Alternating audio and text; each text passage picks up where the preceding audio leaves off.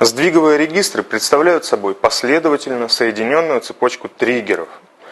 Основной режим их работы – это сдвиг разрядов кода, записанного в эти триггеры. То есть по тактовому сигналу содержимое каждого предыдущего триггера переписывается в следующий по порядку в цепочке триггер. Сдвиг бывает двух видов.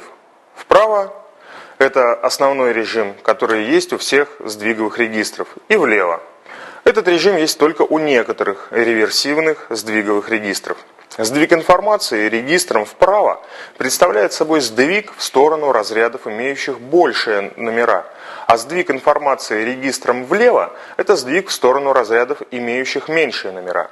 Соответственно, сдвиг двоичного числа вправо будет сдвигом в сторону младших разрядов, а сдвиг влево – сдвигом в сторону старших разрядов. В стандартные серии цифровых микросхем входит несколько типов сдвиговых регистров, отличающихся возможными режимами работы, режимами записи, чтения и сдвига, а также типом выходных каскадов.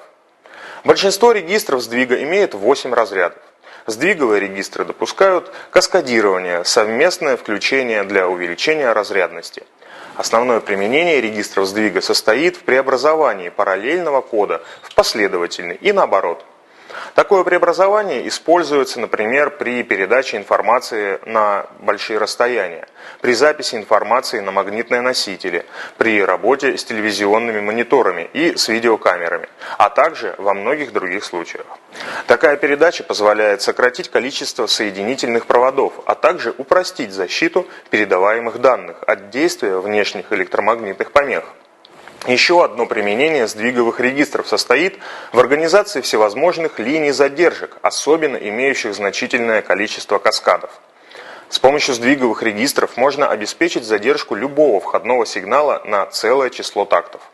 Такие линии задержки могут применяться для сравнения нескольких последующих тактов входного сигнала для выполнения арифметических операций с несколькими тактами входного сигнала и для других подобных целей.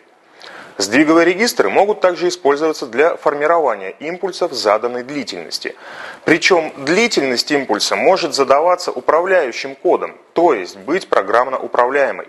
Сдвиговые регистры могут также использоваться для умножения и деления двоичных чисел на 2 в степени n, где n – целое число, большее нуля. Сдвиг двоичного числа вправо, в сторону младших разрядов, на один разряд равносилен делению на 2. Сдвиг двоичного числа влево, в сторону старших разрядов, на один разряд равносилен умножению на 2.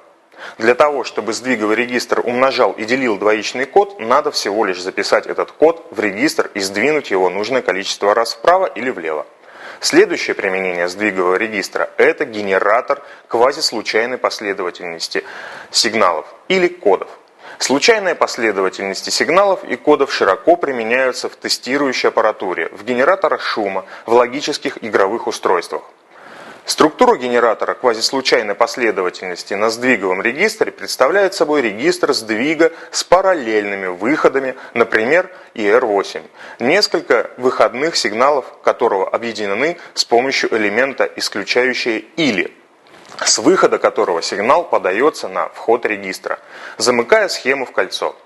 Схема тактируется сигналом с частотой FT.